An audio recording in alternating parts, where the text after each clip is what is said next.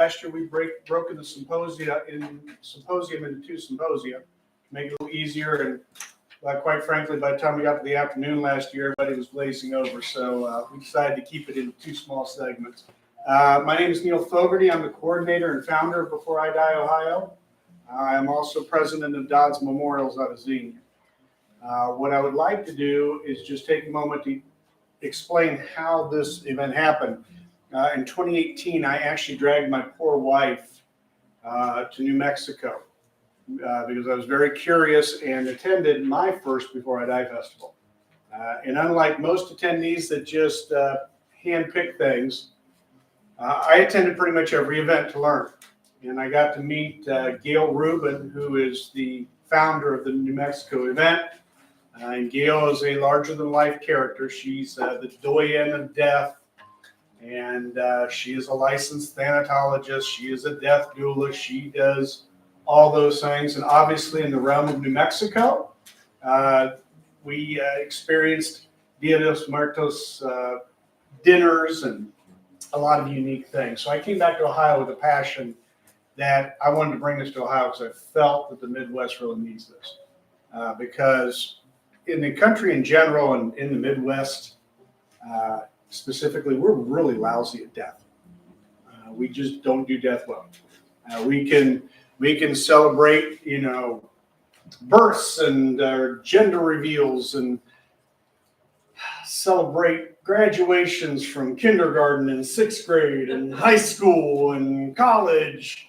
We have weddings. We have, all these different things, baby showers and bridal showers, but yet the inevitability of the end of life, we act like it's some type of surprise and pretend like, oh my gosh, I didn't know I was going to die. Last time I did check, life does have a 100% mortality rate. But I have a personal story to tell because this has taken on a whole new meaning. Last year, my parents attended the Before I Die festival. And whenever I talk about Before I Die, a lot of people do the eye rolls, right? Okay. I don't need to worry about that, this, that, and the other. Well, after that festival event, my parents met Nancy Roberson, which will be here later, and they realized that they needed to do a little more work on their estate. How that becomes really prescient and important is the fact that a week ago, my father died. He had a rare disease, a 1 in 1.1 million chance of getting it, and in 2 months, he went from completely healthy to gone. Had they not come to this event, they would not have had those information ordered. And again, I don't want to tell that story to seek out well wishes and everything. I do appreciate your thoughts and prayers, but I want to tell you that's why I'm so passionate about this event, because we don't know. We just don't know. And so that's why I want you here, and I want you to be a part, and I want you to tell people about events like this. Before we go forward, I'd like to thank, obviously, the Before I Die committee. Anybody that's part of the committee that can raise their hands because they are a huge help, make it a lot easier for this. I also would like to thank our presenting sponsors, which are Dodds Memorials, Woodland Cemetery and Arboretum, and especially Route Song for not only being a presenting sponsor, but the event sponsor for today as well. So I very much appreciate that. I'd also like to mention our host sponsors, Zwick Real Estate Group, Rock of Ages Granite Corporation, and Techstone Granite, as well as our event sponsors. The other event sponsors are Cold Spring Granite and Roberson Law. So the purpose of this event is to use a light touch and humor and provide a lot of information so that you guys can plan for the end of your lives and then go on living. As Gail Rubin herself said, talking about sex won't make you pregnant, and talking about funerals won't make you dead. So please take the information you can from this, and if it spurs some things to get you prepared, it's important. Right now, I'm going to turn it over to Sam Rounce on what he's going to do is introduce you to the space and do a little housekeeping, and then we'll start our symposium. Thank you. Hey, thank you so much, Neil. I want to welcome you all here today. We do truly appreciate your presence, and I cannot tell you how much easier this is going to make things for you. You've already done more than 50-60% of people out there, so you're already taking the right steps So often I sit down with families, and 4 hours later, when we're planning all of our funeral stuff and all those sorts of things, it just becomes, it's just messy, right? I can't tell you how much easier it is when I sit down with a family and they got it together. So you're already taking the right steps here today. Before we get into talking about getting, our stuff at home ready, what we're going to do is tell you about Sue, who's been floating around here. She's right over here. She'll help with anything you need. If you need beverages or anything like that, she's here to help. We got the donuts, coffee, all that kind of stuff. Let me know if you need anything. We're here to make you a little bit more comfortable here today too, okay? Oh, and restrooms are down this hallway, so you can either go through that door in the back there, or you can go down this door over here, take a left. They're on the back wall over there. Happy to point them out for you. We're going to be around here all day. Okay? All right. Thank you, guys. Thank you, Sam. So with that, I'm going to introduce our first speaker, Jack Brendamore, who is the owner of Junk King, and he is going to talk to us a little bit about just decluttering. Feel free at any time to go get coffee and donuts if you would like, other than when Jack's speaking, because you'll make hurt his feelings. I'm just kidding. So everybody, Jack Brendamore. Thank you. Appreciate it. Good morning. I get to be the lucky one to kick it off, huh? I appreciate you guys having me up here today. I actually live in northern Cincinnati, but we do a lot in the Dayton market and have an office in Miamisburg. But my daughter was sick for a couple weeks and just got out of Children's Hospital on Monday, and she's back at school and everything. But if I'm in disarray at all, understand why. But yeah. So what I like to do generally, we're going to talk about downsizing, ways we can help, ways that we can help, but also different outlets you can have for things. And so inherently, I always talk about my company a little bit, and I want you to understand where I'm coming from, where I've gained this knowledge, and why I can help direct you to the right source for whatever you have. So just a couple slides telling you who we are. Some of this stuff you might have read here, but we're a local company in Cincinnati and Dayton. We're a 12-year-old company, and a couple of you have already mentioned you used our service. We just have really genuine employees who understand and care about you getting rid of things that you have held on to because they aren't trash, and you don't want them just to go to the landfill. And our goal when we remove something from a home is to find a nonprofit that can use it. We work with over 50 different local nonprofits in Cincinnati and Dayton. And we know who needs what and when. So whether it be clothing, handicap equipment, paint, medical supplies, and anything that you've accumulated over the years, we have an outlet for it. And some things just aren't donatable. They aren't in the shape to donate, but we can at least recycle. And so we really pride ourselves on doing that. But for those of you who don't know what we do, just to kind of give you an idea, if you decide to hire us or another junk removal company for something in the future, these are one of our trucks. We send two generally young men out to take a look at what you have, whether it be one item or if you're wanting to get rid of 40 years worth of stuff right then, give you a price for what it would cost for us to haul the things away, and then we load them from your basement or your attic, whatever it may be, and drive it away right then. So payment is based on volume. So we have a minimum to go anywhere. It's $160, a little less with our coupon out there if you want to grab one. They're wrapped up in our little pen and pencil holders. That's what they technically are, but little kids love them for dollhouse toys or putting their rocks in or whatever. So if you have some grandkids or any young neighbors or something, feel free to grab an extra one. But that's one way we help. We also have our dumpsters, which if you want to sort through things slowly, if a family member, a friend, a loved one gets Alzheimer's or something, and you don't want to just say, take all this stuff because their old coin collection or whatever it may be in a box.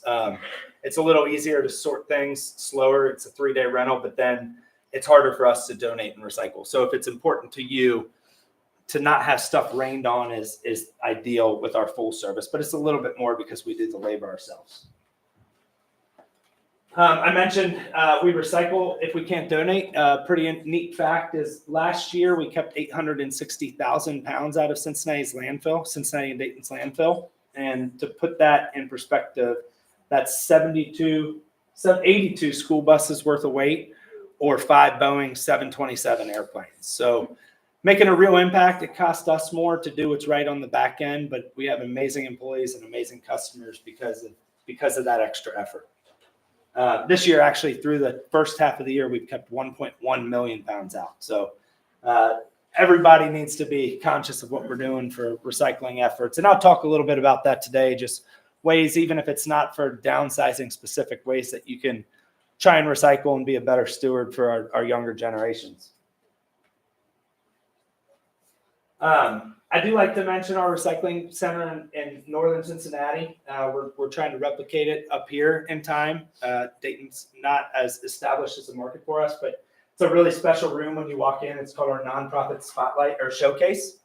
And there's the 53 or whatever now, this is a little older picture, different nonprofits, Habitat for Humanity, New Life Furniture Bank. There's just Hope Worldwide, all types of different nonprofits where they may need couches and dressers, or they may just need support sponsoring a golf outing, or they may need clothing for a family that's homeless, whatever it may be. We support everything. So veterans to children's services to poverty. And I always like to mention the Dragonfly Foundation. Have any of you ever heard of Dragonfly? A couple of you. So the Dragonfly Foundation, I sit on the board of it. It's a Cincinnati-Dayton nonprofit in Chicago now as well, but basically provides resources to families that have a child going through pediatric cancer. So everything down to gas cards for the family to get back and forth. As I was in the hospital this week, I was thinking to myself, like, I can't even imagine being in a position where I have to worry about losing my job or not being able to pay my bills or not even be able to pay gas to get back and forth to see our children at the hospital. So provides suite, like if there's a Dayton Dragons game and there's a suite where it can be germ free, and we donate boxes like that to sporting events and try and create memories. So Dragonfly Foundation is a great organization if you're ever looking for somewhere to volunteer. So there's lots of options when you're trying to decide what to do with things. It's a very overwhelming process to think of clearing out lots of stuff, especially certain generations like to hold on things more than others. And in the past, it's you accumulate all your parents' stuff. I heard you say, as I was standing here, how you got rid of so much stuff and you think the floor raised after you got rid of the generations of kind of things you held on to. But it's real. In the past, you kept your aunts and your parents' stuff, and the kids wanted it, and it passed down. But the newer generations are minimalist, and they're moving more. So for you to kind of get ahead of that, it really takes a burden off of their shoulders. And so generally, most people in a relationship, especially normally one person likes to hoard stuff to an extent in a good way, and the other person wants to get rid of it all. And there's that happy medium, but it doesn't have to be a very overwhelming process. You can, like, even for Junk King services, like you paying based on volume, we could come out 4 times and it costs you pretty much the same thing if we came out all at once. So if you have any of those big box TVs in your basement, or if you have stuff you want to get rid of that stuff first. Then you have space to organize and it's not overwhelming. And then you kind of regroup, and it can be done in processes. But there are really six ways that I can think of that you can get rid of items when you're looking to downsize. Obviously, the first place you go is you think to sell something. You paid for it, and it still has value in your mind, and why not try and get money for it, which is a great thing. But there's a lot of cautions I give you for that. So there's places like Craigslist and Facebook Marketplace, which I'm sure most of you have at least heard of. And 98 out of 100 times you'll have a great experience for the most part. But a couple things with it is people come into your property, they aren't insured if they're buying things. If they damage your property, they probably aren't going to fix it. If they hurt themselves on your property, you could potentially get sued and lose a lawsuit, believe it or not. And it's not like a scare thing. Like I said, most of the time it's fine, but people take advantage of people, and they'll come and they could scope out your situation and come back. It happened to my grandmother, actually. She wasn't selling something, but some construction workers across the street were watching her walk in and out while they were doing work for a couple weeks. And when they watched her leave and realized 91 years old, she was living by herself, which was, thinking back on, was a crazy thing in itself, but she was very stubborn in that sense. they broke in one of her windows and just took everything from her. So it's one of those things you just want to be aware of. But obviously you can get money. There's a great company, which I'll talk about in a little bit, called Everything But the House. So if you have collectibles and antiques, they're a great outlet. You can give things away to family members, like I mentioned, and you probably find out people don't want things like you may think. You can donate, which nonprofits are great and they need stuff, but for them to come to a house and pick up 1 or 2 items, it's just not economical for them. And they may be a month out. And when they come, they still charge, or it has to be on your front porch or in the garage for them to handle it. So Salvation Army, I mentioned New Life Furniture Bank, Habitat for Humanity. You can call them, and they'll maybe say they might take it. They come out 50% of the time. They will. They have to be picky, because you don't want to give someone who has nothing something in such condition that they like. It's more demoralizing than them not getting it. And so they have to be picky a little bit. And but if you send them, but nowadays with technology, you can text a picture and they might give you a thumbs up. And another thing to think of with nonprofits, a lot of who they support live in condominium or apartments, and they have to carry things up 2 stories and get through narrow doorways, and it's small rooms where it's like a big sectional couch or entertainment center just doesn't work. But nonprofits, obviously a good free way for the most part to get rid of things. You can recycle. A lot of things are recyclable. Even like, it kills me to say, but pianos are such a hard thing to deal with. People spend so much money on them. They're so expensive to move, and just like people aren't playing them as much anymore. So I remove probably, I don't even like to say it because pianos are such a hassle to deal with, but we probably remove 5 pianos a week, and they all we can do is recycle the soundboards. If they're in real good condition, we can maybe find a church or someone that might want them, a college student or a kid learning how to play the piano, but then the family finds out they have to spend $600 or $700 to get a piano transportation company. And so, and I'll get into different recycling items and where I think is the best outlet. Really, when it comes down to it, calling your county, if it's an odd item, they can normally direct you to the right place. And so, especially with like anything hazardous, any chemicals, things like that.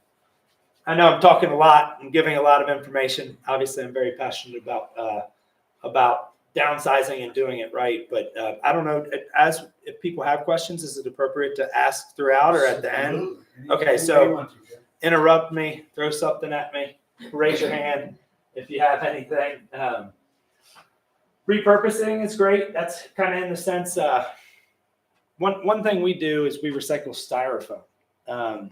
Styrofoam is toxic, it never decomposes, and you can't recycle it to make new styrofoam. So 14 million pounds of styrofoam are being created right now every year, and that number is going up. Imagine how light styrofoam is and how much that actually is. And it's a really bad thing. So what Junk King does is we have a styrofoam densifier where we take it for free. You can drop it off to us, but it's an auger that then cold air compresses at 60-to-1 ratio. So you take 1 truckload instead of 60 truckloads to a recycling plant, where they then turn it into like those green park benches, that kind of like acrylic looking park benches, insulation, things like that. So at least it stays out of the landfill. So you'll never look at styrofoam again the same after today. And then last, of course, landfill. You can throw things away. 300 million tons of trash are hitting America's landfill every year right now. So we're going to run out of space. We're going to pollute everything. Let's be that example for everyone.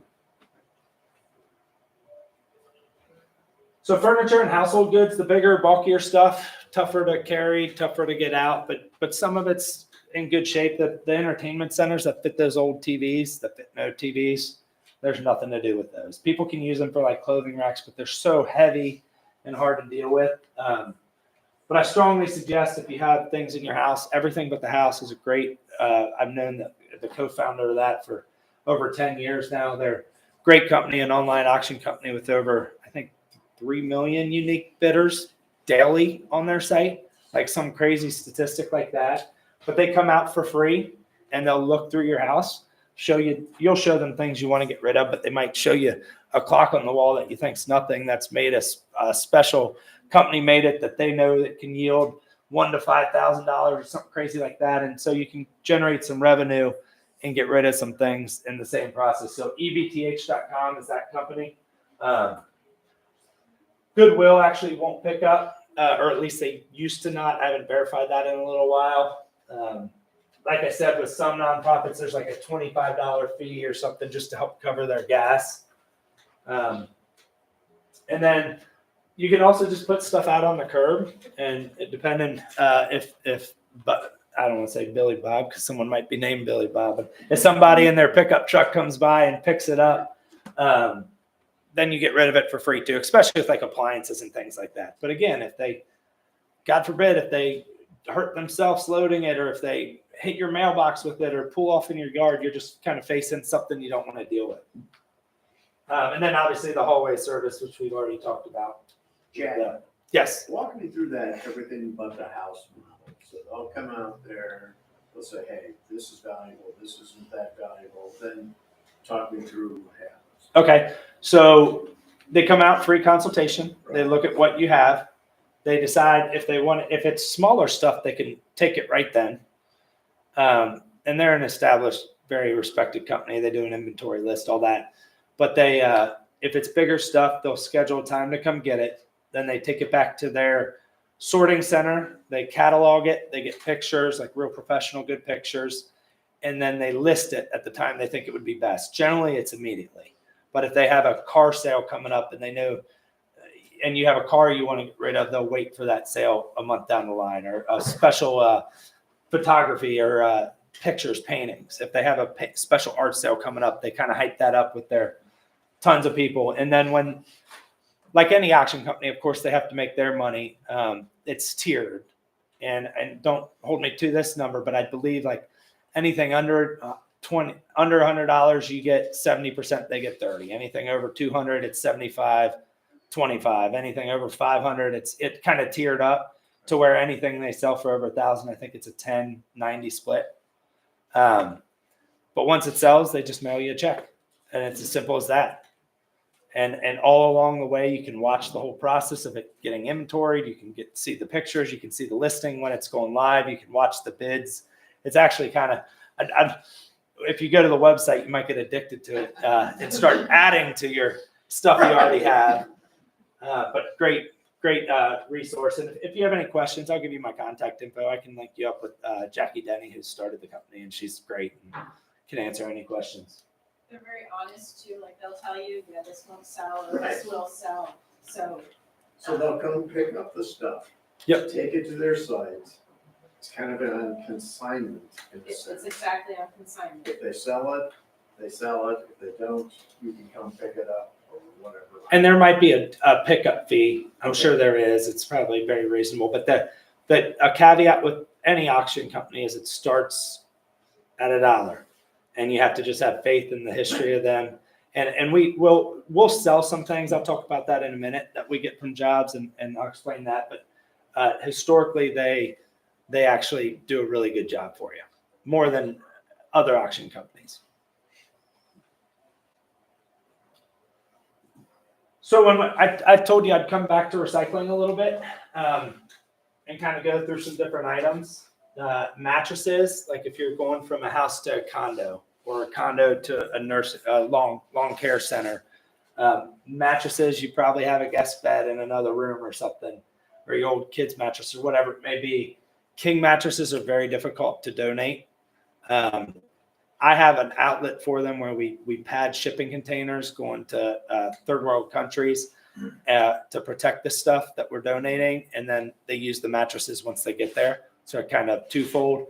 But normally mattresses, by the time they're used for a while, you just want to throw them away. So we will actually, you can crush them to make them like a pancake, or you can cut them open. And if foam is recyclable at the time, it kind of goes on and off with the recycling market. We can recycle the foam and the metal springs inside. Electronics, anything that plugs in, you can recycle. So you normally have to pay a little fee at like a Cohen Recycling. I know metal shredders. There's a couple up here that you can just drive to a metal yard and get rid of electronics. For the most part, I'd call ahead if there was one that you wanted to take electronics and not just metal. to make sure that they take it. But electronics are very bad again for the environment.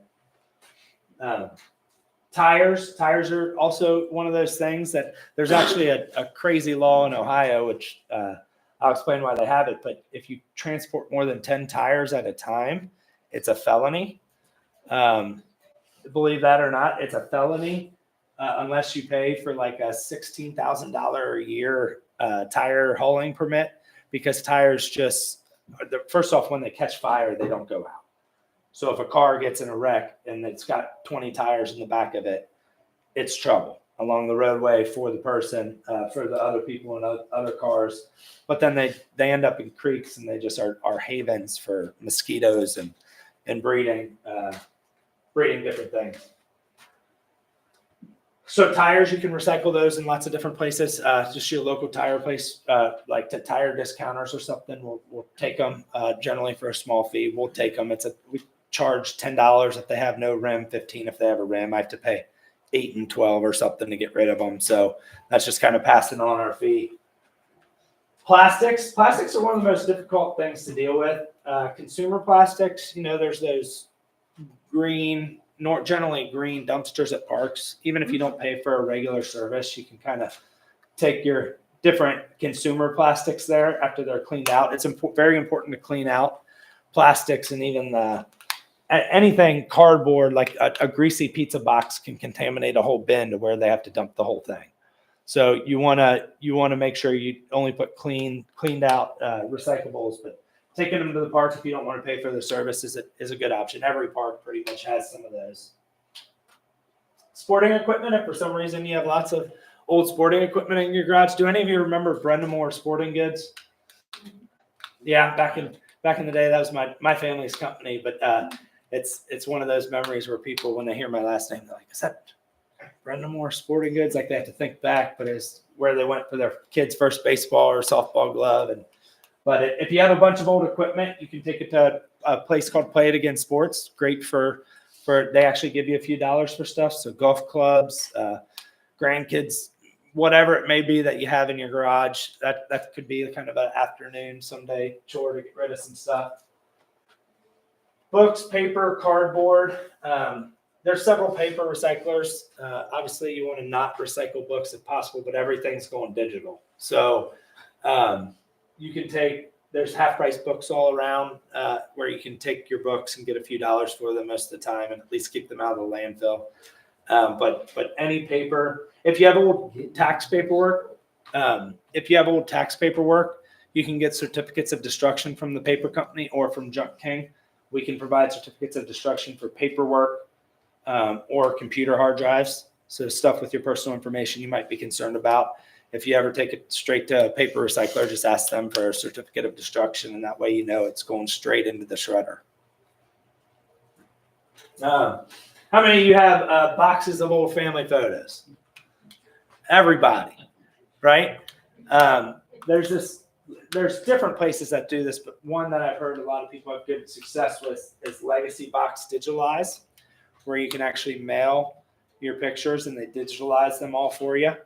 And then they give you the hard copies back, but you can then email them and give hard drives to your family members where they'll actually go back and look at them more often than just in the inevitable time of death that we speak of today. But that's a great place, Legacy Box Digitalize. And I can provide this presentation for PowerPoint, even in a PDF, but I'll email it to you guys if any of you don't feel like you are jotting down too much, or feel free to take pictures, of course, too. Hot tubs. I mentioned pianos, but like hot tubs, play sets, decks, sheds, fences, basketball poles, a lot of things around your yard that if you're going to prepare your house to sell, maybe are rotting out, which is a liability in itself, but are maybe rotting out or an eyesore. If you're going to downsize, you want to get rid of all that stuff. And so companies like Junk King, junk removal companies, can come out and remove that stuff. Just unfortunately, there's not much you can do. We can recycle a basketball pole, but treated wood, there's just no home for it. So that stuff hits the landfill.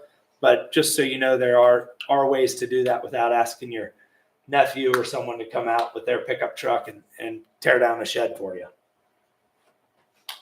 I mentioned with hazardous waste, Collier County, most counties have like at least a once a year, generally more like quarterly or monthly time where you can bring and drop off chemicals. So everybody has old spray paint cans or sealants or whatever. But calling your local county is the best way to deal with that. And actually, the Moraine County transfer station, or Montgomery County's transfer station in Moraine, is really good for residents. Like they, if you've never interacted with them, they do a lot of recycling, and you can go there and or call there, and they might be able to take stuff as long as you live within a certain area.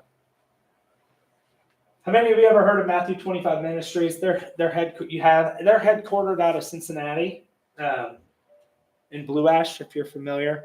I always kind of speak of Cincinnati and Dayton as one and the same because my wife's from Huber Heights, and I have a business up here. And I don't know if you saw the Dayton Daily News last week. They did a big article on Junk King, and it was talking about all the ties. The guy who founded the company was from Kettering, and so I don't think it met Cincinnati too far. But Matthew 25 Ministries takes paint for free as long as it's good, and they'll send it to disaster relief areas and use it to paint over walls and things that were damaged to start to get rid of the mold issues and all that.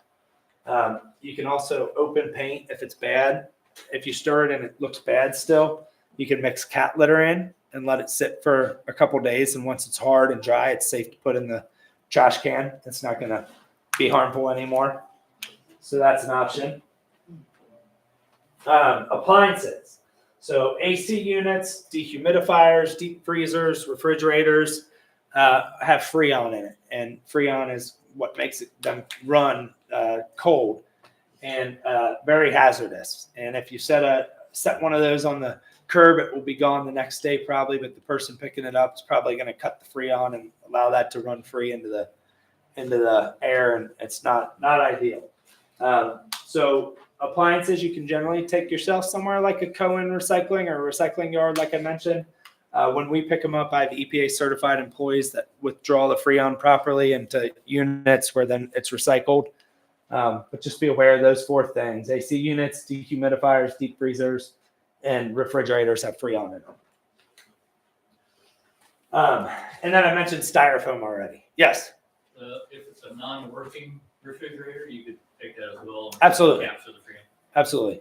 So a lot of times when they stop working, it's the Freon anyway, to some extent, or the motor. Mine is on a little mini fridge. Yeah. So we can take those, and we even take trash. So it's not like we have to take stuff that we can just do good things with. Of course, like with tenants, like if you have any rental properties or something, we clear out stuff tenants leave behind all the time. Or if you have a back corner of your yard that had stuff there for 40 years piled up, we can come in and just get all that stuff out. It's not just like nice, clean stuff from a house that we take. So I mentioned the dumpsters already. Had my daughter not been in the hospital 3 days ago, I would have gone through and probably tweaked this slide a little bit to be more centered toward here. And then we have a store. So about a year ago, when the economy was starting to turn and recycling's getting more and more expensive, I'd make a lot more money if I dumped everything. If I took everything straight to the landfill, I'd make a lot more money. But I keep my prices in line or cheaper than our competitors. And then the back end stuff is all it's who the founder of the company was, who I am, who our employees are, but our customers really support us because of the back end stuff. And so we're kind of talking as a team, what can we do to continue our sustainability efforts? And so we created a store called King's Treasures. It's a resale store. We've always sold a few things. We get maybe 3 to 5% of what we get from jobs we've sold. We sell now. It's hard for people to pay for stuff, to pay us to take it and feel like we're making a lot of money from it. Really, it covers our recycling efforts. And then also we kept the philanthropic touch, where the name of the store, or the slogan, is a shop with a purpose. And each month a different nonprofit gets 1% of the proceeds. So if you like that resale shopping, thrift stores, this is in Sharonville. We're going to have one in Dayton within our 1-year plan.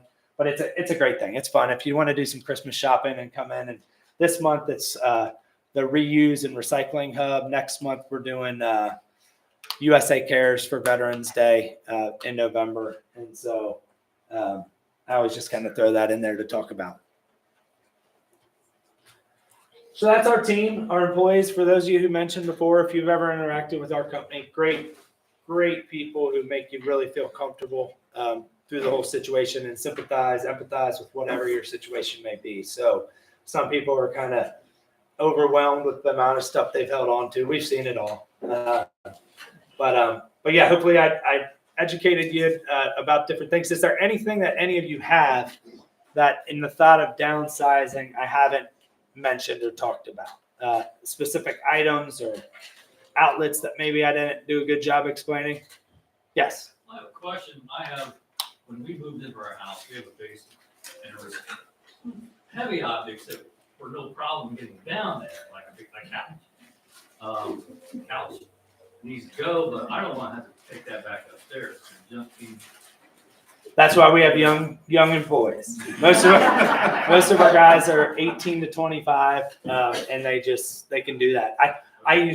They don't believe I used to do it. I used to do it all the time because that's building a small business, but I can do it for like a half day and run with them. And then I'm like taking Advil and ice in my back. And the next day I don't have to get up and do it again. But the guys work really hard. And the first goal of someone getting things out of your basement is to make sure your walls don't get all scratched up. And not to say that we don't mess up sometimes, but we'll always fix it. And a thing with it too is if we have to break things down to make it easier to get up, because a lot of times people will reframe or put up a bigger railing or remodel. And so just if you have a family or friend or neighbor that you want to give $20 to get something up the stairs, just understand if you struggle to get it down, they're going to struggle more to get it up. But yeah, we'll take things from attics or basements, and absolutely. Yes. Jack, walk me through the economics again. Just so it's $160 minimum charge. So let's say I had you guys out there for half a day taking stuff out. What's that ballpark figure cost? So unless you had like a lot of stuff, we'd never be there a half day.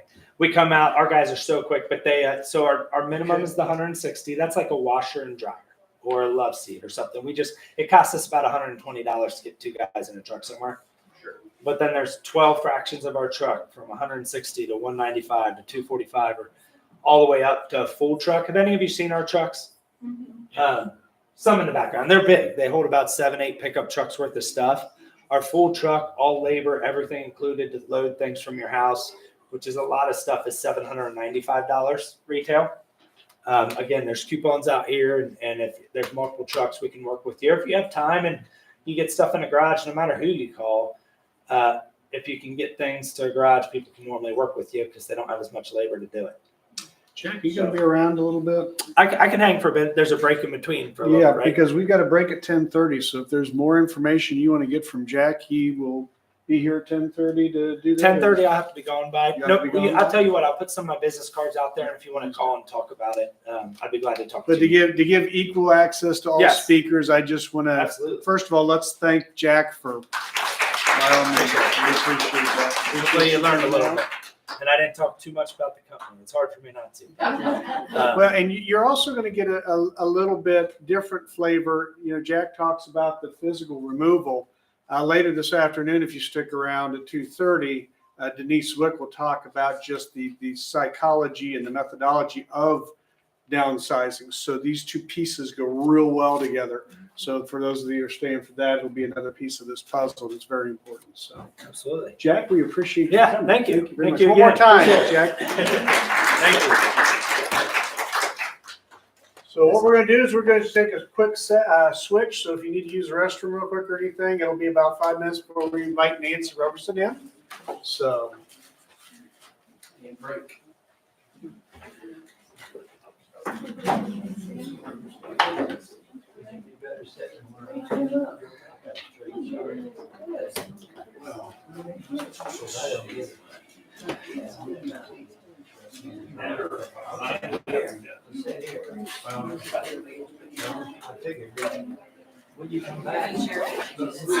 I've got a quick question, has actually nothing to do with this. All right. Are you any related to Brenda Morgan? Yeah. Really? There's no Brennamore out there I know that's not really hard to say. Well, because my father owned the store that Brenda Morgan. What's the name of Pound Clement. Okay. And it was Pound Clement gun store for the 1800s. Yeah. And then my father's family had it. And Brennamore, we had the only sporting goods back in the 50s. I don't remember. Yeah. Brennamore opened there. Okay. So they Yeah. Yeah. No, that's. You ain't left. No, that's the storeroom and that's really, they don't see no last one. I don't know the question they're asking before they ask. I guess, that was our figure it all out. But I'm in the junk food business. So where are they? So my grandfather, who I was named after, Jack Brennamore, he was the son of the guy who started it. He was Edmund Jackson. But he, in like the mid-90s, got out of it. And then the company that bought just tried to open too many stores. And they almost were the big sporting goods of America. They had like 18 stores all across the Midwest. And they got some investors from Japan or something. Really? Resources. That's the story. But so it went out of business, I think, in 2000. Yeah. Well, thanks for saying hi. I appreciate it. What was your name? Overbeck. Overbeck. Yeah, Randy Overbeck. Randy, nice to meet My you. father was Oliver. He was the last owner. Okay. That'd be a fun business to be in, that's for sure. Well, I mean, we have all kinds of history, like, the gun store was there was a riot in Cincinnati, and people with guns, they were trying to break in, and not my father. Barricaded the door. I think Yeah. it's interesting. Yeah. That's And my grandfather supplied guns to mafia people in Cincinnati. yeah. Yeah. Someone was going to, right? That's right. Good to Nice meet to you. meet you. Let's see, anybody need a pen to write with? If you didn't bring one, Nancy has. They're in the packet, and Nancy has some too, so.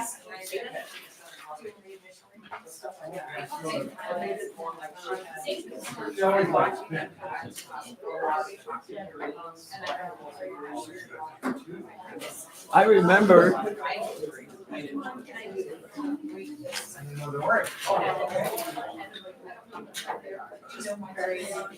Yeah. So, as my position was winding down the time. I took over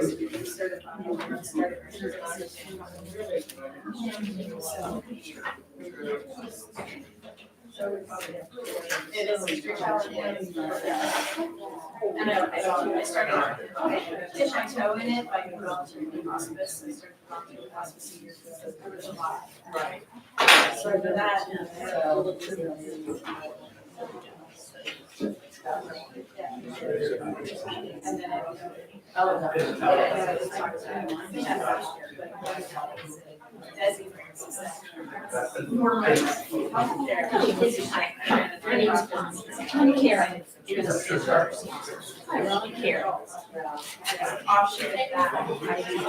Yeah, I guess this package for drivers to continue signing.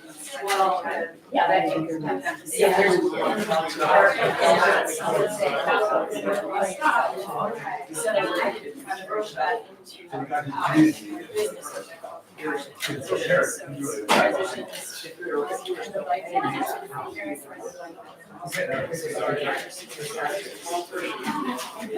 You know. All right, folks, we can get settled back in. I'm going to introduce Nancy next so we can keep going. All right, so I'm just going to do a brief thumbnail. Nancy is more of a person that likes to have an interactive conversation, so by all means, you can talk to her as we go, but she's an estate planning and asset protection lawyer. She has been interested in the fields of estate planning and probate law throughout her experience of being widowed at the age of 27. Again, when you think things aren't going to happen to you, right? And a lot of the people you'll meet that are passionate about this festival have personal experience, and that's something that Nancy had. She and her daughter are actually now working together, right? She manages the business at Robertson Law. Yeah. So what I'm going to do is just give her a warm welcome and let Nancy start talking to you about estate planning. So everybody, Nancy Roberson. Neil. Thank you for having me here. You're welcome. Thank you so much. There are so many things that I could talk about, and the outline that you received. Oh, Neil, can I ask you something else? Absolutely. I want everyone to receive one. Sounds good. So, when I have more time, that outline represents about a 2-hour presentation. I have an hour and I'll try to be faithful to the time constraint. So I usually tell my personal story, but I'm not gonna take the time to do that here. Can you hear me, first of all? Can everybody hear me? Okay, if at some point I'm not speaking loud enough, just wave at me or just yell, talk louder or something like that. But anyway, I want to show you this picture. Now this picture is me at age 27. And this picture was taken of my first husband, David Phillips, and my daughter, Amy. Her name's Carrie now, and me. This was taken 2 months before David died. He was getting chemotherapy for Hodgkin's lymphoma, and he got pneumonia during his chemotherapy and died. I'm the last person who thought she'd be a widow at 27. But out of that, and then I went to law school after that. But out of that has come a mission and a message. I'm a poster child of how not to do it. And so I'll try to incorporate some of those things into what I tell you today. But I wanted you to see these are real people. And that was my first husband. And this is my little girl when she was 2, and she's now 48. And she manages our business. So I'm going to stick pretty close to the outline, but I want to start first, and I apologize, I've got cough drop in my mouth. I've got one of those, something that everybody's got this fall, runny nose, and that sort of thing. So I'm going to stick pretty close to the outline, but I want to start with a passage of scripture from Ecclesiastes chapter 4. Most of you are familiar with this. In fact, I can quote what I'm going to tell you. To everything there is a season, and a time for every purpose under the heavens. And a time to be born, and a time to die. See, we're all going to die. We all are going to die. And then those scriptures go on to say, there's a time to speak and a time to keep silent. I was raised in a staunch German family where there were just some things we didn't talk about.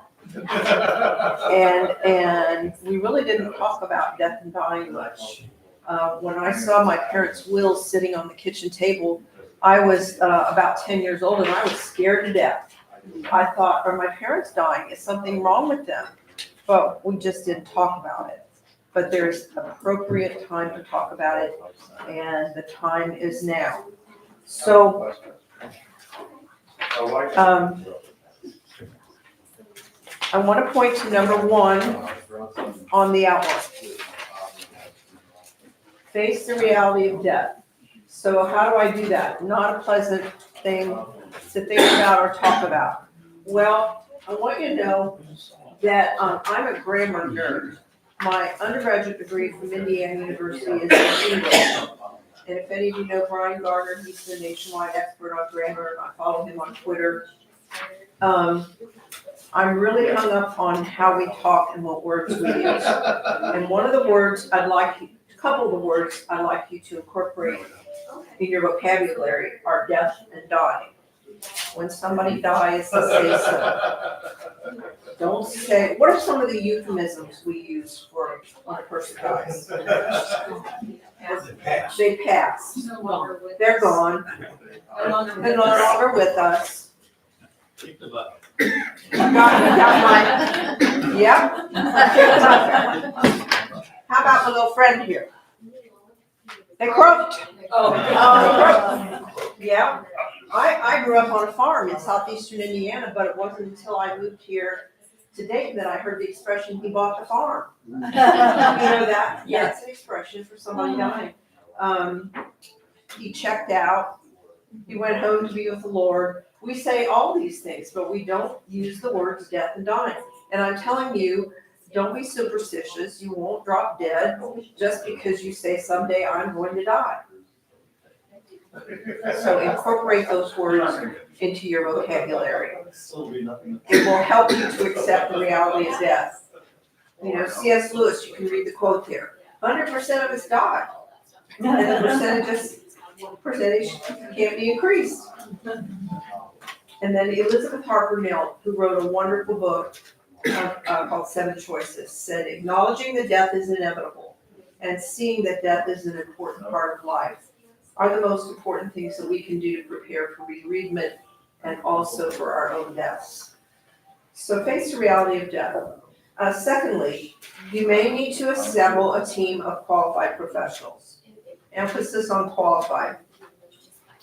I shamelessly put estate planning lawyer first because that's what I am. After my husband was diagnosed, I was timid, I was afraid, but I wasn't a lawyer then. And I said, David, do you mind if we go get wills? And we'd only lived in Dayton about a year. I didn't know where to go, so I did know about this thing called the Bar Association. So I called the Dayton Bar Association and got a referral. After David died, I found out he was a bankruptcy lawyer. No wonder when we told him we wanted wills, he said, well, what kind of a will do you want? And we don't know. We're young and dumb. We don't know. He said, well, how about a simple will? Oh, simple will sounds good. Sounds cheap too, you know. So he did simple wills for us. Well, fast forward 6 months, I could have used a power of attorney for David when he became comatose in the hospital. But I didn't have one because the lawyer didn't suggest that. That's why you need to find the right kind of any lawyer in Ohio who is licensed to practice can write a will for you, is allowed to write a will. That does not mean that lawyer can do quality estate planning for you. Secondly, depending on whether you have a business or complicated investments, your accountant might need to be involved with your estate plan and your insurance agent. I love it. I love to do collaborative work with other professionals when I'm designing an estate plan, especially the financial advisor. Sometimes we have to get a physician or a care manager involved. If the person is very ill, we need to determine that the person has mental capacity to sign documents. And then sometimes we get the clergy person involved too. If the family is perhaps antagonistic, they don't get along, we try to mediate and get them to settle some of their conflicts. I call it this side of heaven. So a team might need to be involved. So when you meet with your lawyer, I tell you that so you're not surprised if the lawyer suggests that other people need to be involved. But then most important, you need to develop a complete estate plan. As you can see, I have another number of documents listed. A number.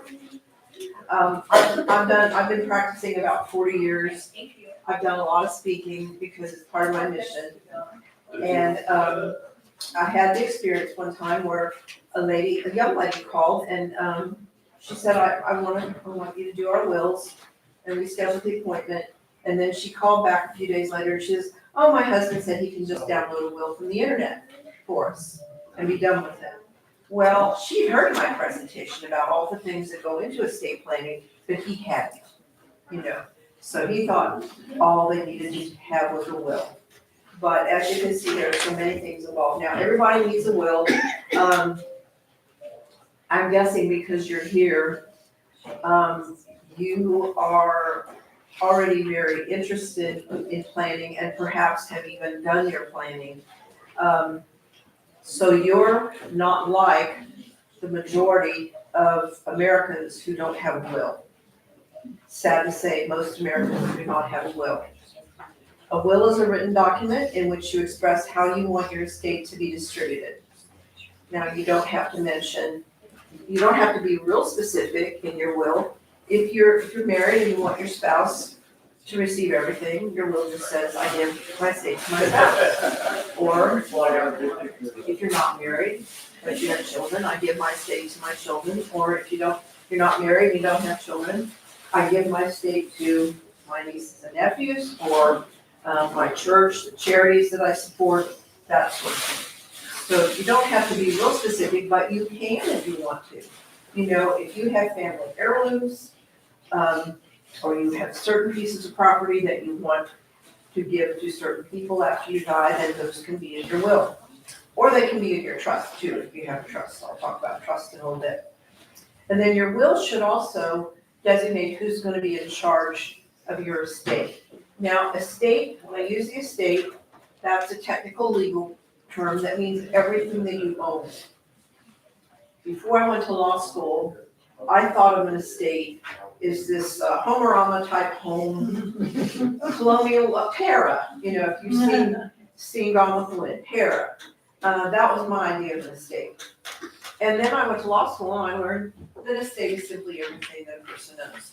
But more than that, estate planning involves taking care of you personally, your body as well, not just your property. So that's what I refer to, that's what I mean when I talk about estate planning. So your will should put somebody in charge of your estate, your probate estate.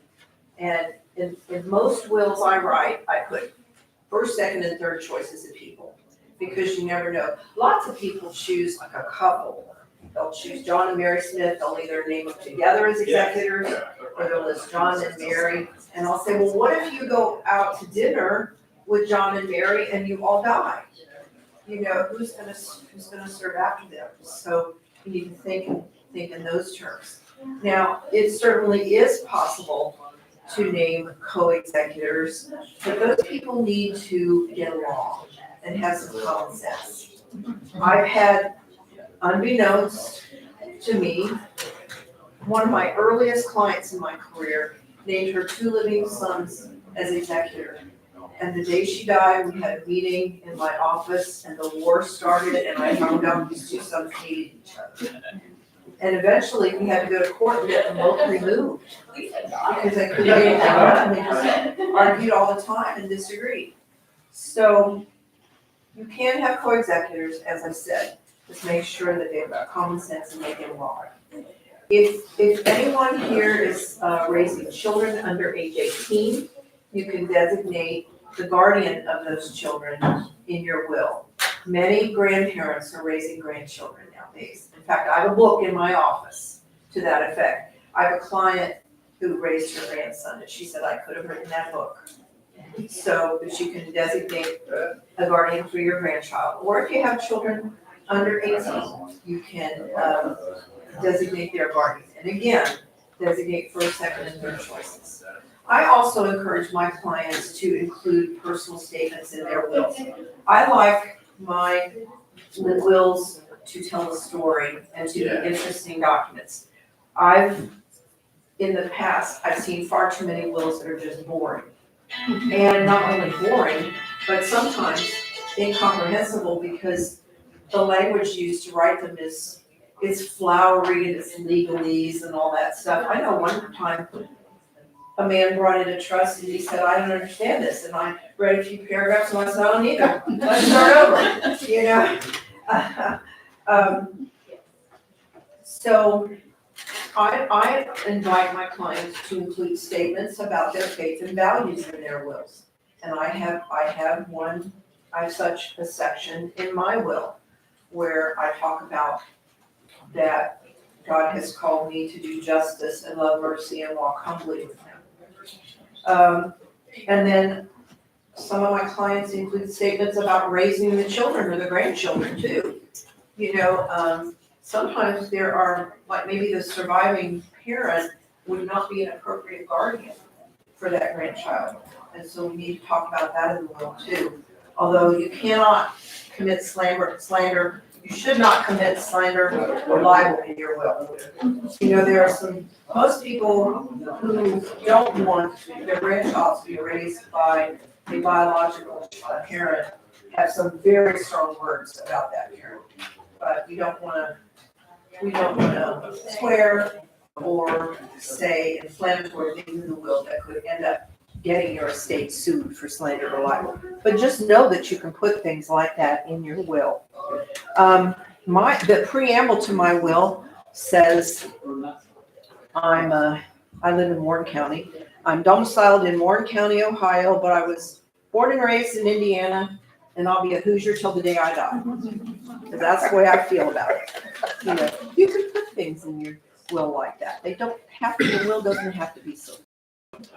Okay, so that's your will. Your will has to be witnessed by two people who are not related to you, not related to you, or mentioned in the will in any way. Does not have to be notarized. That's Ohio law. Some states do require wills to be notarized, but not Ohio. Your will should be in writing. There is this concept of an oral will, like our deathbed will, but it has to be reduced to writing within just a certain amount of time after you communicate. Your will does not have to be filed in the probate court. What I mean before you die. You filed in the probate court for safety. If somebody in the family's got sticky fingers, you want to deposit it in the court, you can do that. Now, some people may need trusts for their certain planning purposes. There are three primary planning purposes, although there are many reasons, many good reasons why people get trusts. One of the reasons is to minimize estate taxes. Now, as you'll recall, Governor Kasich was involved in doing away with Ohio's estate tax 10 years ago. So Ohio does not have an estate tax anymore, but the federal government does.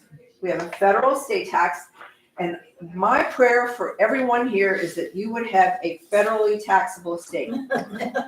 Because that means that you would have at least $12,920,000. That's the federal estate tax exclusion amount this year for every person. So if you're married, the couple gets double that amount, okay? Now, unfortunately, that figure is going down in 2025 to a figure that is indexed for inflation. It'll be around $7 million. But hey, I can live with $7 million. I hope that each of you has $7 million. And that does include life insurance. Life insurance counts in the federally taxable estate. So remember that. So one of the reasons why people get trusts is to minimize the federal estate tax.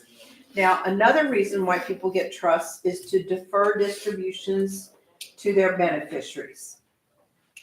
So, for example, if you have grandchildren who you want to bless, perhaps provide for their education, you can do that through a trust. You can do that other ways too, but you can do that in a trust and specify at what age, if any, you want the grandchild to ultimately receive his or her distributions.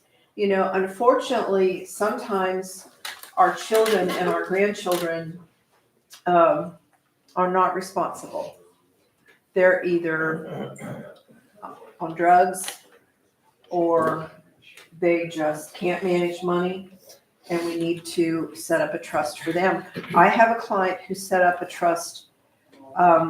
She's included her grandchildren, and she feels so strongly about drugs that they have to be drug tested before they get distributions from the trust fund. I mean, your trust is a very personal thing that you can write and develop however you wish. So that's another reason to have a trust, to defer distributions to beneficiaries beyond age 25. And then a primary reason why people get trusts is to avoid probate. And if I were a betting person, I would bet that most of you here have gotten a postcard or a lovely invitation in the mail inviting you to, I call it the rubber chicken dinner, somewhere in town, nice restaurant in town. And they're going to tell you about the horrors of probate, and they're going to tell you, and they're ultimately going to tell you about their investments and come invest with us. Well, avoiding probate can be a good goal. You can save time and money when your estate avoids probate. Probate, however, is not one of the rings in Dante's Inferno, if you read that book. You know, Yes. if unfortunately, many people's experiences with probate depend upon the lawyer they hired. And you may have heard, may have read on AARP magazine, read in articles in the paper, lawyers charge differently for their services. Some charge a percentage of the estate, some charge hourly. So it's really important to clarify that up front. I've talked to people who've just really gotten disgusted with the lawyer who's handling the family's estate.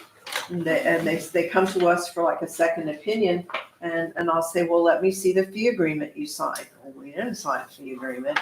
You know, he just told us he'd bill us at the end, you know. Well, that's not good. You should have a contract with your lawyer, whether it's for the probate services or whether it's for the estate planning services.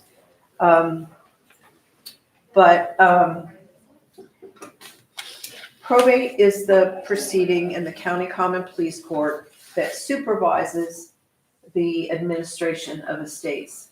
And now you heard me say this, sometimes probate can be a good thing, depending upon the type of estate. There have been a few times when I've told families that this estate should go through probate because the court can supervise the administration. So that I don't usually say that, but sometimes I say that because I write a lot of trusts for people to avoid probate. But I know the law too. And I do values-based estate planning, meaning I find out what people's goals are, I find out their family relationships, and then we talk about what's best for them. So you may need a trust. A trust is a written document. It's kind of like a will substitute, except if you have a trust, you should have a will too. The trust has a manager called a trustee. Typically, I've got a trust, and I wrote trust for my husband and myself. And the people in charge, the trustees are me, my husband, and my daughter. All three of us are co-trustees of my trust. And we can act individually. And then if my husband, like we travel occasionally, we're going to New York in November. I can't wait. There's Indiana basketball is playing at Madison Square Garden in November. If you see that on television, wave at me. I'll be there.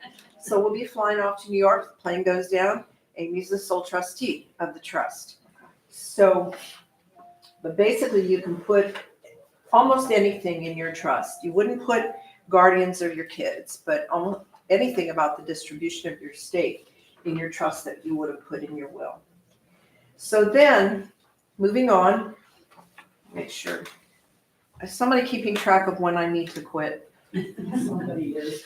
Okay, just tell me. I got a quick question. Oh, sure, go ahead. What's the advantage and the difference between the executor of the will and the trustee of the trust? Oh, so they're both fiduciaries. Yeah. Here's the way I'm going to explain it. Fruit, apples, oranges, and bananas. Fiduciaries, executors, trustees, powers of attorney. They're just different types of fiduciaries who have to act in a position of trust and confidence for you. The executor is in charge of probate assets.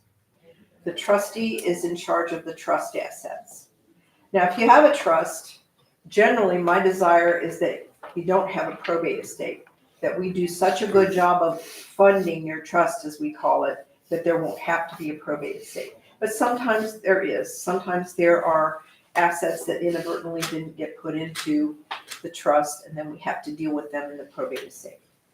Okay? Did you find out how much time I got? No, but I will. Okay. So. You got 21 minutes, I think. 20? Yeah. Okay. So the next document that you should have I'm going to skip over funeral and burial instructions. I'm going to talk about those together. Funeral and burial instructions and right of disposition of remains.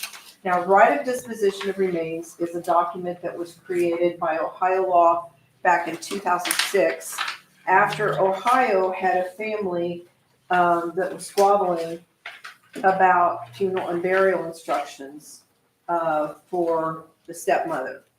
And so in this right of disposition of remains, you can designate, yes, sir.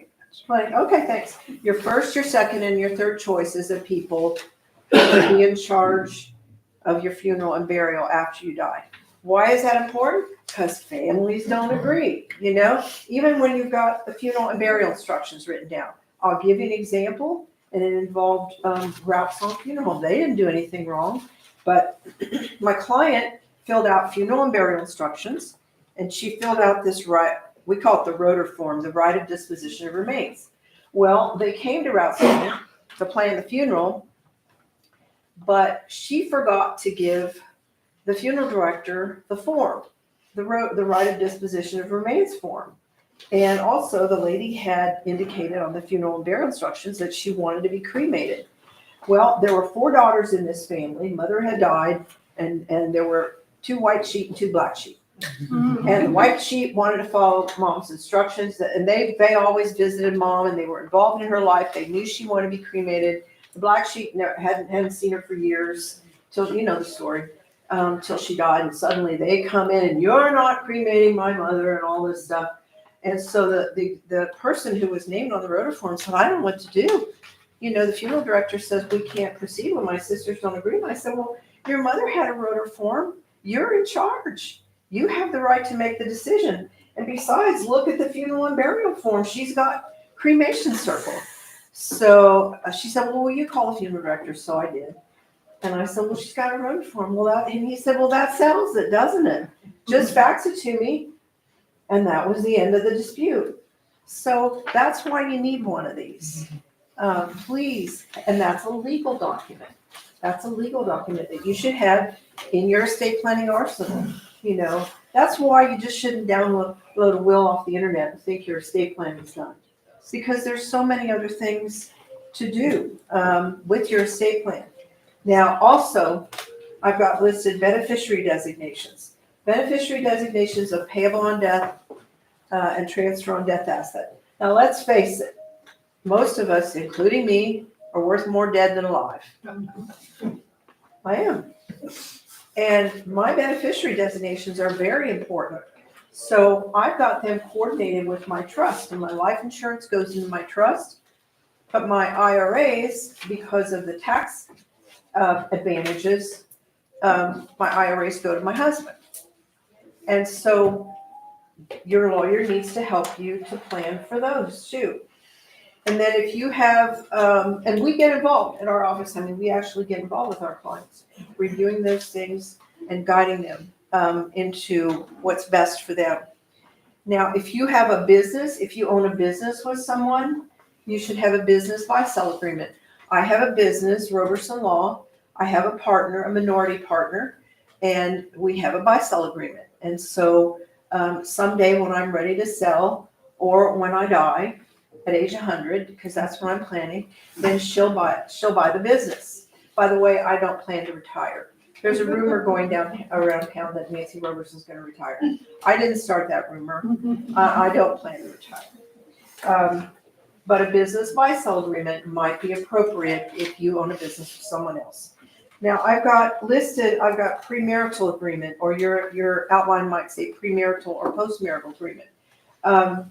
If you are thinking of marrying or remarrying and you have children, you may want to do an agreement that would specify what rights you have in your property and what rights your prospective new spouse may have in your property. Because Ohio has what are called statutory marital rights. Now, we're not a common law state, and we're not a community property state like California and Texas. We are a common law state, but community property states, once you get married, what's yours is yours and what's mine is mine. We're not that way, but there are still these statutory marital rights. I'll give you an example. So I have one child. Bob, when God brought Bob into my life 7 years after David died and we got married, we did not have any children together. So I have my daughter Amy. He does not have any children. So if my will, it does not say this, but if my will said I give everything to Amy, my daughter, Bob would still have a right to apportion my estate. That's one of the Ohio statutory marital rights. And that's one of the reasons why you may want to have a trust, because the statutory marital rights do not apply to trusts. So if you got all your property in a trust, then, and if I got all my property in the trust and I say I give everything to Amy, Bob couldn't do anything about it. And so sometimes we have people who are getting married again, maybe a first spouse has died, and they really don't want to mention a premarital agreement. Some people just don't want to talk about that, but they can do a funded trust. Now, funded trust will work except for real estate, because in Ohio, we have dower rights in real estate. And that's one of those statutory marital rights too. I don't want to get too deep in the weeds here, but I just want to try to convince you that if you are thinking of getting married, you may want to get a premarital agreement. And then I want to talk about a general durable power of attorney. And I'm hoping that everyone in this room already has one. What I'm also hoping is that it has a fairly current date on it, because I'm on the warpath. I've been irritated with the state of Ohio since 2012 when they changed power of attorney law. It's a very good law except for one thing. When the law was proposed, it had provisions in it where third parties had to accept a power of attorney. The banks lobbied out that provision. So banks, investment companies, nobody in Ohio must accept a power of attorney. Do they most of the time? Yes. I know that for a fact because I do fiduciary work. I serve as legal guardian and power of attorney for people who don't have anybody. And a well-written power of attorney is accepted. But I can tell you, if a person came to me and said, I don't have anybody, I'm alone in this world, will you help me with my finances? Will you help me with my medical decisions? If he or she has a 20-year-old power of attorney, first thing I'm going to do is rewrite it so it's current. Because I've had a local bank refuse to accept a power of attorney that was 10 years old. I've had a local credit union refuse to accept a power of attorney that was a year old. You see, because of that third-party non-acceptance thing in Ohio law, the financial institutions are allowed to create their own administrative procedures about when they will accept powers of attorney and the age of a power of attorney. So if your power of attorney is getting up there, go to your lawyer and ask your lawyer to refresh it, okay? Also, yes, sir. So how often do you need to refresh? Well, the guideline that I have for my clients is every 5 years. Yeah, now don't go tell your neighbor, I heard this lawyer talk, and she said powers of attorney expire in 5 years. I did not say that. I said that I want to refresh my client's powers of attorney about every 5 years. I just think that that's a safe guideline. That's safe. I think that's safe, yeah. Now, Thank you. also, look at your power of attorney. Does it have successor agents listed in it? And if it does have successors, does it have John and Mary, excuse me, does it have John and Mary Smith named? And John and Mary are married to each other and you go out to dinner with them. Well, what if the Mack truck hits your car and they die and you survive? Do you have an agent left? No. So think about that and list adequate agents in your power of attorney so that there is, because the alternate is if they die, you're comatose from injuries, your bills aren't getting paid, someone is going to have to go to court and be appointed as your legal guardian. You don't want to go there. You don't want someone, and the court doesn't go looking for guardians for people. Someone has to come forward and ask to be appointed as your guardian. So, and your guardian, you may end up with a guardian who you don't want, but that is the law. So make sure that your power of attorney is current and that it has adequate successor agents in it. Also, you should have healthcare directives. And I'm hoping that everyone in this room has healthcare directives, a living will and a healthcare power of attorney. Now, I have not had issues with the ages of healthcare directives like I have with the general durable power of attorney, the financial power of attorney that helps you with personal and financial decisions and that sort of thing. I did have, the first documents came out in 1990, and I had some clients who came in, and they'd been clients for a long time, and their doctors, they had the original healthcare directives, and their doctor suggested the doctor knew that there were more current forms, and the doctor suggested that they might want to update their healthcare directives because he knew that there were more current forms that had more information in them. So the current healthcare power of attorney is copyrighted, and it's a statutory form in Ohio. It was created by the Ohio State Bar Association and the Ohio State Medical Association. It's copyrighted 2021. So if you have a form before that, it doesn't mean that your healthcare directive is no good. It just means that there's a more current form. And one other thing I will tell you now, if any of you get your legal documents done out at the base, I'm support my country. I'm thankful for the military, but I've had a connection with the JAG office out at the base, and I had some clients go there for some basic documents and then come to me for some more sophisticated tax planning. And when they came in, there were these older healthcare directive forms used. So I called the gentleman who was in charge of the JAG office, and I said, "Are you aware that these forms are expired?" And they weren't expired. They were just a newer version. He said, "Yeah, but we've been told we have to use the old versions first, our supply." I said, "Oh, good grief." You know, I mean, I believe that. anyway, we can spend, never mind. I'm not going there. Shut my mouth about that. But anyway, Nancy, but could you quickly just, the difference between a living will and healthcare? Thank you. Thanks. a living will, I call it the pull the plug document. Basically, it says in a general way, if I'm dying and there's no hope for my recovery, do not use heroic measures to keep me alive. There is a section in the living will that you can initial with regard to tube feeding, as I call it, or in medical terminology, artificial nutrition and hydration.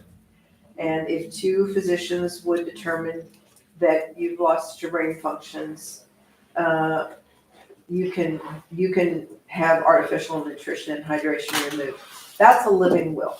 Now, a healthcare power of attorney is just it's a specific power of attorney for healthcare decisions only. And in it, you can name your first, second, and third choices of people. Now, it does have the paragraph in it about the artificial nutrition and hydration, tube feeding, meaning you can authorize your agent to make that decision for you as well. But what those documents don't do, excuse me, I'm getting really stuffy. I need to blow my nose. What those documents don't do is they don't contain any specificity. And that's why I've given you that advanced medical directive form. If you'll get that out while I'm blowing my nose and take a look at that.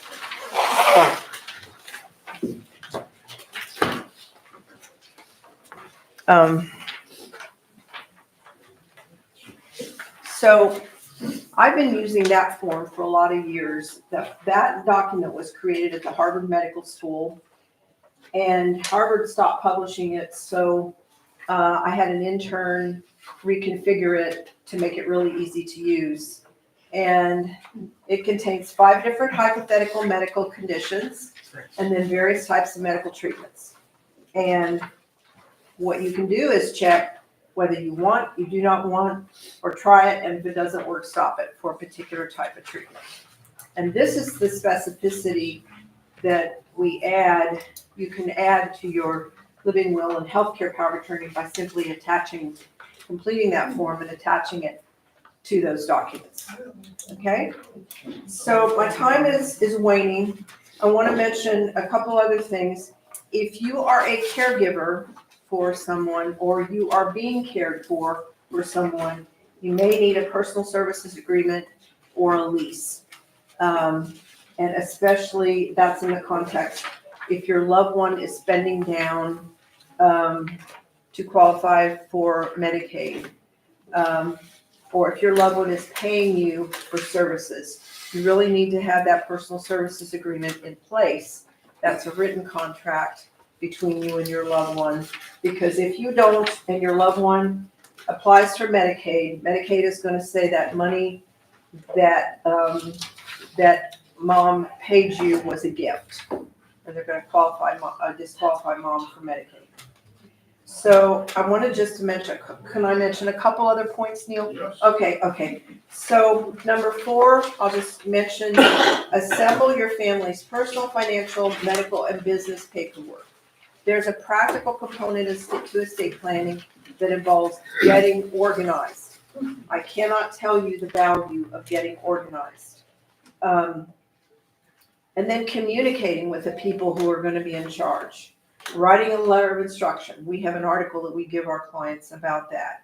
I call that the estate roadmap letter. And there are some other planning things that you can do that are listed there that can be helpful and protective. And then number 5, formulate a complete financial plan. And I have all those things listed there. I'm going to mention 2. First of all, I want to be sure that you have uninsured motorist coverage associated with your automobile insurance. That's very important to have. And then probably the most important thing that I'd like you to have would be long-term care insurance or nursing home insurance. Because there may be a time when you are facing needing assisted living or nursing home care. Medicare and your private health insurance do not pay for your nursing home. And that's where nursing home insurance comes in. Certainly, number 6, discuss planning. Oh, by the way, that whole deal with planning for nursing home, Medicaid and all that, that's the subject of an hour and a half seminar as well. Number 6, discuss planning issues with people who will be affected by your decisions. Don't name people in your documents who cannot act for you or will not act for you. Make sure that you get their permission first. And then finally, make planning a lifetime priority. I wish I could tell you that you could get your estate plan in order and you would not have to change it, but no. Just like you asked the gentleman about how often should I refresh my power of attorney, and I said 5 years, So get your legal documents out and review them. If you see anything that needs to be changed, call your lawyer and make an appointment. Psychologists tell us when we hear motivational material, we have about a 2-week window of opportunity before that motivation starts to wane. Now, that doesn't mean you have to get everything done in 2 weeks, but it does mean you need to get started on something. So one of the things you could do is you could fill out that form, that advanced medical directive form that I gave you. If you've heard other things that you need to do, then do them. Now, finally, I want to read something to you. This was in a book of meditations that I used to read. It was written by a psychiatrist who was involved in a car crash. And he starts out with a quote from scripture. So teach us to number our days that we may gain a heart of wisdom. That's Psalm 90, verse 12. And he writes, several days before the car accident that influenced my perspective, this verse stood out to my godly mother-in-law. Excuse me. Those are 2 words you don't hear often together. Godly and mother-in-law. She feared that something bad would happen to one of her children or their mates, and she prayed every day personally for me the week of my accident. She didn't tell a soul about it until several days after the accident. Some people would attribute my mother-in-law's experience to ESP. I believe that what people attribute to ESP is more likely the work of God, convicting us of sin, godliness, and our own mortality. In the days following my car crash, I learned several important things. Number 1, my days here on earth are numbered. By the time you read this, I may be gone. Or I may live 50 more years. I don't know, but God does. Number 2, and here's the sobering statement. If I assume that I will live beyond today, I'm a presumptuous fool.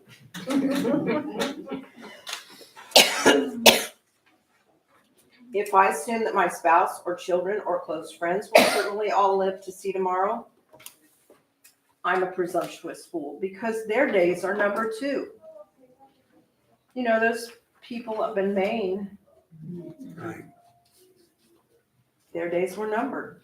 So I will commit my life to God early each morning, one day at a time, asking what He would want me to do for that day. And then finally, I will plan as though God will give me a long life.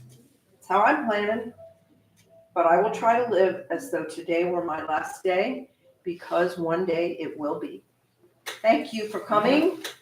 Thank you for listening, and I'll stick around if you have any questions.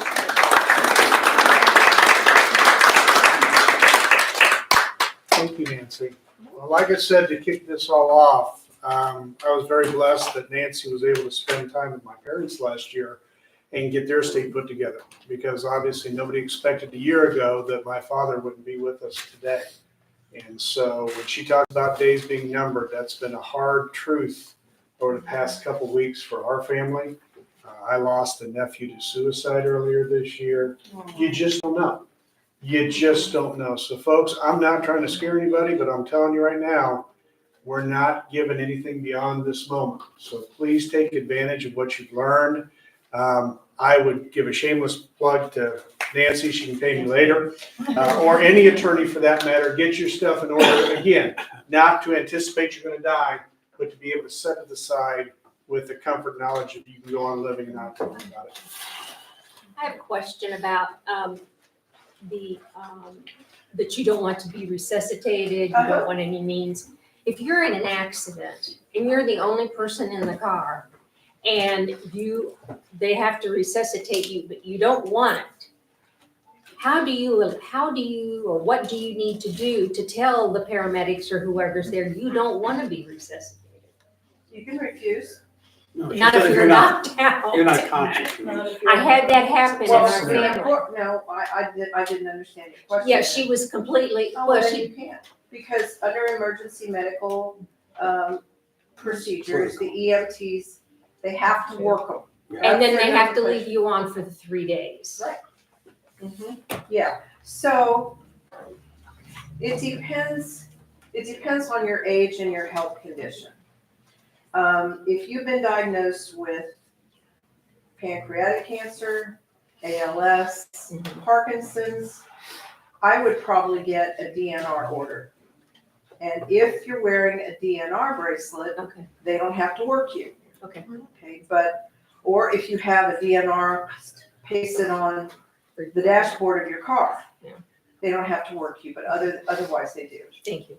But you can, if you're conscious, you can refuse medical treatment. So can I tack onto that? Same thing in your home. If you have a DNR, keep it on your refrigerator. Or how about taped to the wall by the front door? Yep. Or the Yeah. medicine cabinet, or Mhm. like paramedics, So first the paramedics responders can will see look it. on the refrigerator. Yeah. All right, folks, we're going to take about a 10-minute break before I dismiss you. A couple things. We've got tables out here with most of our wonderful sponsors that have information you can gather. Also, again, the restrooms are either at either door straight ahead that way, turn left this way. There's also a Before I Die wall out in front. And what that is a Before I Die wall is before I die, I want to.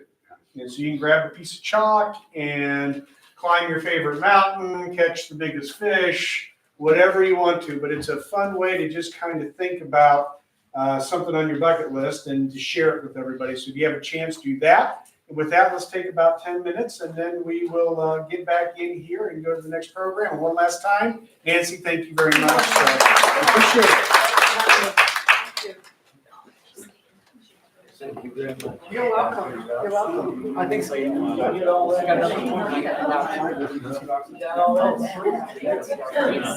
Hi.